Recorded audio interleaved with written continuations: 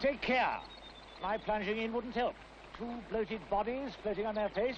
Trust a policeman to know the precise details. And to observe others. It's not a good thing to cross. Come on. Come on. But I want to see the house. Oh, yes, group house. Designed in 1750, finished 1786. Practically Victorian. And I said precise. Oh, bother. Doesn't give the owner's name. If we knew it, we could ask for him. Ask for him? Barging on a total stranger. Well, I could have explained I was Uncle Julius's niece. No, couldn't. Just isn't done. Not so long ago, you drove up, announced yourself, and an upper servant showed you round. Yes, and then Madeira and cake was served in the library upstairs. Well, we could have the sandwiches now. No. I'm thirsty, and not for Madeira. There can't be a pub. Oh, is, or there should be. I suppose you even know what it's called. No, I'm not certain. No, but you think. I think I'll settle for the Jolly Leggers. What? Well, why they were jolly, I don't know. Or Leggers. Oh, that's very simple. Of course. Well, you see, the canal went into a tunnel. It's about 3 miles long, so this guidebook says. The Leggers used to lie on the decks on their backs and walk the barges through. So no wonder they were a bit worn out at the end of the 3 miles. So there must be a pub. Come on, and you can ask about the house there.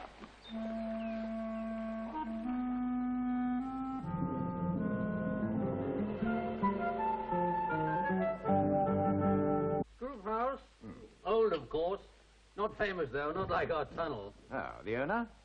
Begins with a C. Can't quite get it. I've not been here long, you know. Most of our trade is this side of the canal, but, well, I'll get it before you finish your lager. By the way, our tunnel is a very... Yes, quite.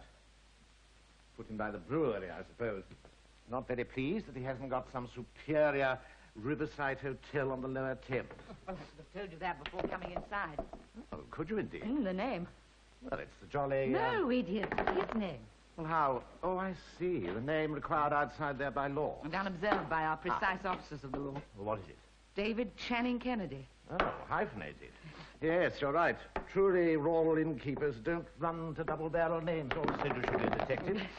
Well, look out. Are you ready for the other half? You haven't been here long. No, not long.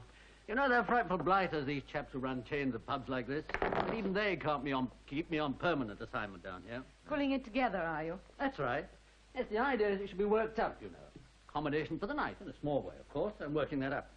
Hoping for tourists in the season. Oh, brushing up your knowledge of local history. Yes, that's right. The tunnel. Rather unique. Medieval, almost. No. Look up now. Coming. Excuse me. Medieval. There's something almost as ancient, just the job of the Tories. He looks more hopeful. What a lovely thing. Is it very old?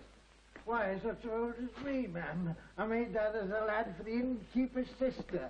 I don't think she cared for it much. She set it straight away on the chimney-piece of the public bar. Oh, there it rested? For many a year, while I was wandering. But somebody must have handled it and let it fall. You see, the rudder's broken. Look, I'm going to mend it. Yes, it's a large break. Had you ever thought of mending it before now? I only got back yesterday. I've been away from home for 20 years.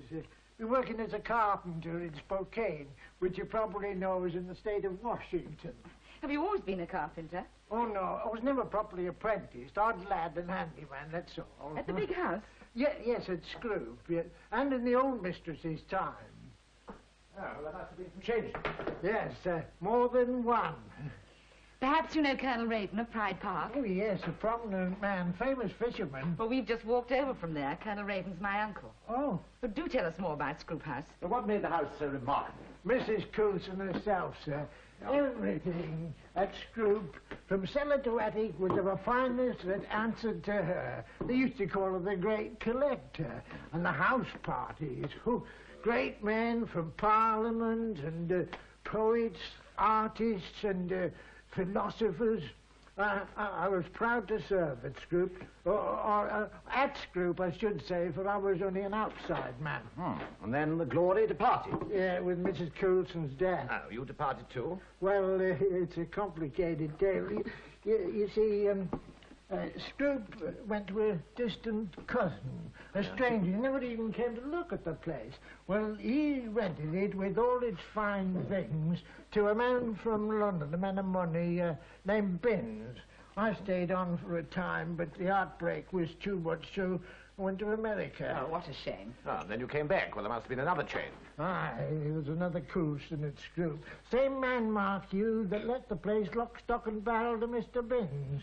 Mr. Bertram Coulson is now at Scroop. Oh, well, perhaps you could be employed there again. Well, I'd like to. I'd like to settle, you know.